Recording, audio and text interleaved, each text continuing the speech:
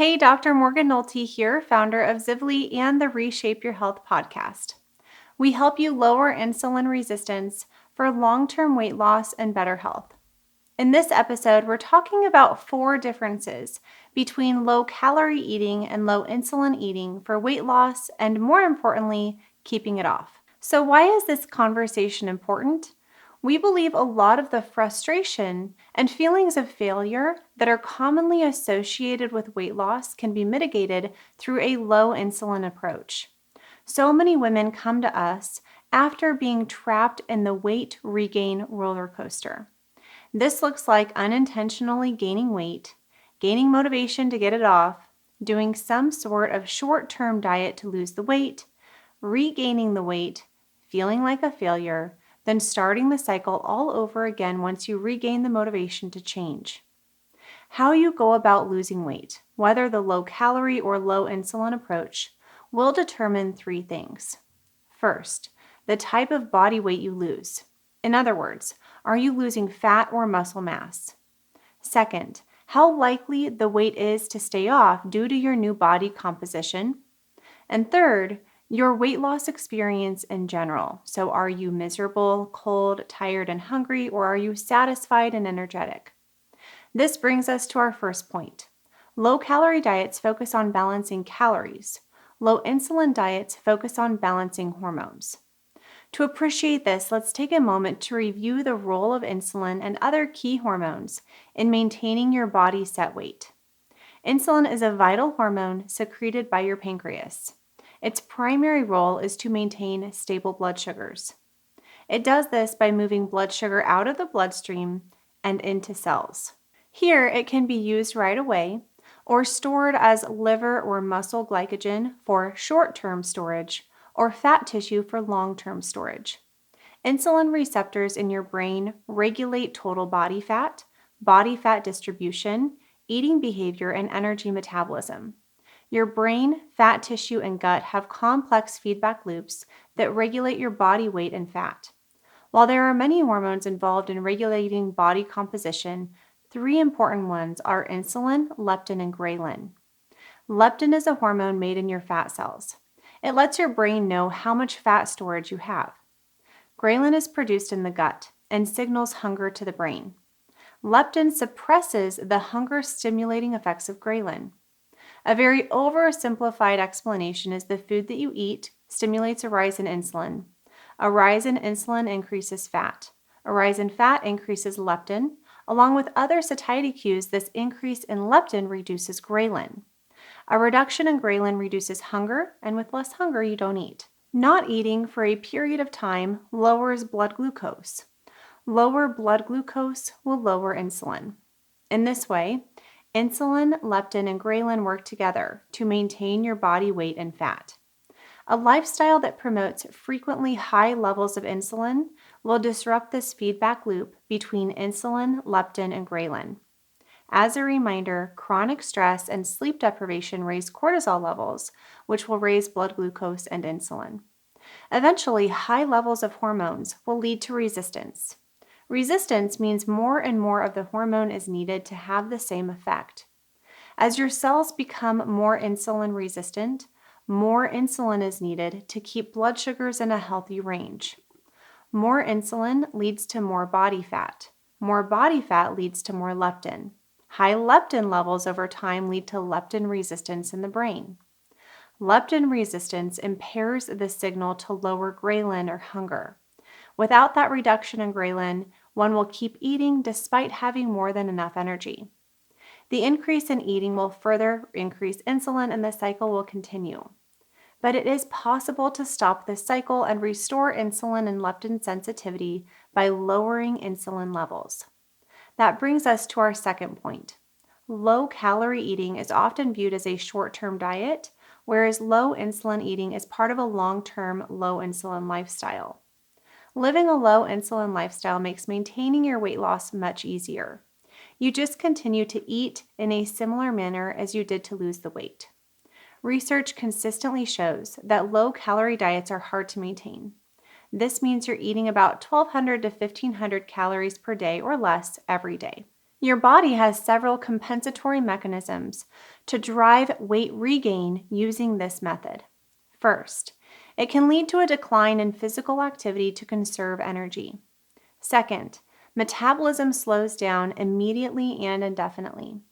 Research has suggested that this slower metabolism following weight loss from a chronic calorie restriction can last for up to 6 years and perhaps indefinitely.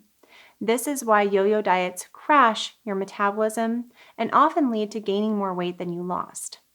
Exercising while losing weight can prevent your metabolism from slowing down. The third mechanism is an increase in your hunger hormone, ghrelin. Elevated ghrelin levels can persist for a year after weight loss. For some, this may result in an increased appetite. It is possible to outsmart and outlast these hormonal mechanisms, but it does require a more specific approach than just reducing calories. The third difference between the low-calorie and low-insulin approach to weight loss is how we think about calories. Those in the low-calorie camp may wrongly assume that all calories are created equally. You may have heard someone say, a calorie is a calorie. While yes, a calorie is a unit of measurement, calories from different foods are not the same, but more on that later. When someone thinks of a low-calorie diet, they often aren't thinking so much of quality as they are quantity. They may focus on a high-volume diet instead of a nutrient-dense diet. This is where people slip into the low-fat approach. The less fat they eat, the more food they can eat. That's because a gram of fat has 9 calories, whereas a gram of starch or sugar, 2 types of carbohydrates, and protein has 4 calories per gram. And with fiber, you're absorbing only about 2 calories per gram. That's why people on a low-calorie diet tend to eat more grains, fruits, vegetables, and proteins. These are lower-calorie foods, so they can have more of them. They can eat a high volume of food and stay within their calorie range. They tend to avoid high-fat foods or get low-fat versions to reduce the calories in their food. One problem with this approach is a decrease in satiety or fullness following meals. Other problems that can arise on a low-fat diet include dry skin, hair loss, frequent infections, hormone imbalances, and brain fog. Another flaw in simply reducing calories is that you may be under-eating protein. Studies have shown that a high-protein diet is most effective to preserve lean body mass when losing weight. This means the weight you do lose is more likely to stay off. This is why we encourage you to focus on nutrient quality and quantity. Cereals, pastas, and low-fat yogurts may be low in calories, but can still spike insulin and drive fat storage, especially if you're eating 5 to 6 mini meals a day. Even though you may be staying in your calorie deficit, you're stimulating your insulin often. Let's compare this to a low insulin view of calories through the lens of weight loss. Different nutrients will cause different mental and physical responses in your body. As mentioned, insulin is your fat creation and storage hormone. You cannot burn fat if your insulin is high. The goal of low insulin eating is to keep insulin low most of the time. When insulin is low, a hormone called glucagon can rise. Glucagon is your fat-burning hormone. While fats are often reduced on a low-calorie diet, they are usually increased on a low-insulin diet. That's because fats have the lowest insulin response of all 3 macronutrients. Proteins have a moderate response, starches and sugars have the highest, and fiber actually lowers the required insulin response. Calories from different sources also impact your brain and satiety differently. Protein and fat will activate satiety or fullness hormones the most. This helps you stay full and satisfied between meals. Calories from fructose activate hormones that make you feel more hungry. The sweet taste of fructose also activates the reward center in your brain. These are 2 reasons it's easy to overeat sugar. The reason starches and sugars have the highest insulin response has to do with blood sugar. Following a high-carb meal such as pasta, the glucose in the pasta breaks down fast. This causes a blood sugar spike. Your body likes to keep blood sugars stable. That's insulin's job. The pancreas releases insulin to lower blood sugars after a meal. But if you eat foods that don't cause much of a blood sugar response, you will need far less insulin. This helps stop and reverse that cycle of insulin resistance. And needing less insulin, regardless of your weight, is good for your health. But just eating low insulin foods is not going to work for weight loss if you're still exceeding your energy needs. You may see an improvement in your blood pressure, body composition, or blood glucose, but the majority of evidence does support that being in an energy deficit is needed for weight loss. This comes down to 3 simple rules. If you're in an energy deficit, you will start to burn your own body fat for fuel. If you're eating enough to maintain your weight, you will use the food that you eat. And if you're eating more food than you need, then you're going to gain some weight. The types of foods you eat will determine the type of weight you gain. If your excess calories are sugar or alcohol, you will gain fat, especially belly and liver fat. If your excess calories are fat, those are more likely to become subcutaneous fat. If your excess calories are from glucose, a type of carbohydrate, those will become liver or muscle glycogen, and once those stores are full, it will become body fat. If your excess calories are protein and your strength training, you will gain muscle. Extra protein that's not needed will either be excreted as urea or become fat. The third point in this low-calorie versus low-insulin debate is the number of tools at your disposal for losing weight. When someone is trying to lose weight through calorie restriction alone, they are accidentally closing off options to lose weight that aren't related to food or exercise. With the caloric model of obesity, you have 2 levers, calories in or calories out. They think if I eat 250 calories less a day and burn 250 calories more per day, I'll lose a pound a week. Anyone who has tried this knows it doesn't work, at least not long term. Eventually, you stop losing weight, and if you return to old habits, you'll regain. With the insulin model of obesity, you have a few more tools at your disposal, more levers to pull on, if you will. Chronic stress, sleep deprivation, and toxin exposure can absolutely contribute to weight gain and insulin resistance. You can reduce carbs all day, but if your demanding job, sleep deprivation, and lack of boundaries is what's keeping your cortisol up, reducing carbs won't help. With those levers in mind, let's discuss one more important lever for weight loss. This brings us to our 4th point in this debate, and that's the value placed on intermittent fasting.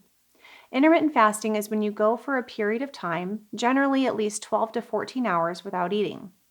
Under the caloric model of obesity, it's assumed that when you eat during the day, or how many times you eat during the day, doesn't matter as long as you stay within your calorie goal. Using the insulin model for weight loss, the evidence is clear that intermittent fasting does help reduce insulin levels. When you're not eating, your insulin is not stimulated.